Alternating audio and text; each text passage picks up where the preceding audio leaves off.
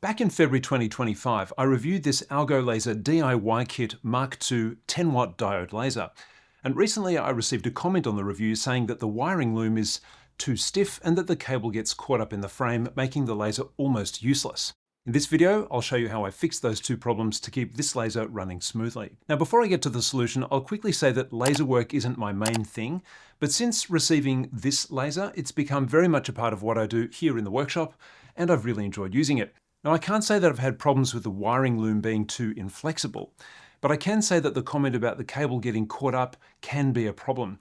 In fact, for me, it was more about the cable dragging across the material surface and then getting caught up in the project that I was engraving or cutting.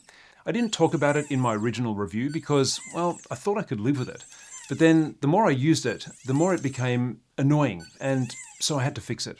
So I developed this simple bracket, which I laser cut using this laser, which solves the problem quite nicely.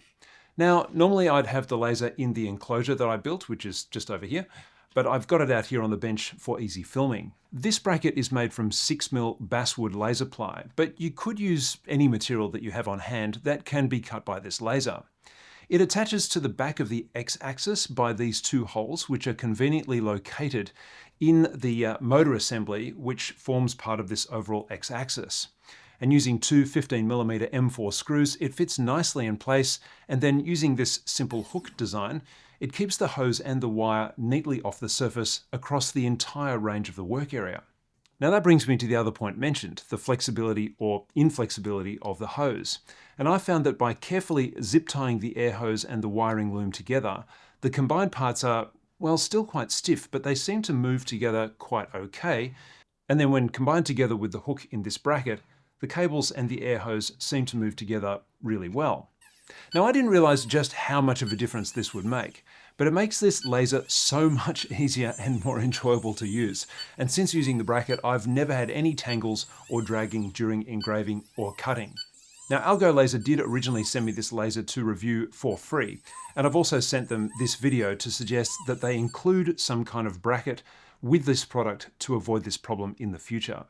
Now, I think that for the price, this laser is still great value. The onboard OS is still a great feature, and it works flawlessly with Lightburn software, which is what I use it with. Now, if you have this laser and are experiencing the same problem, send me an email and I'll send you the file for this bracket completely for free.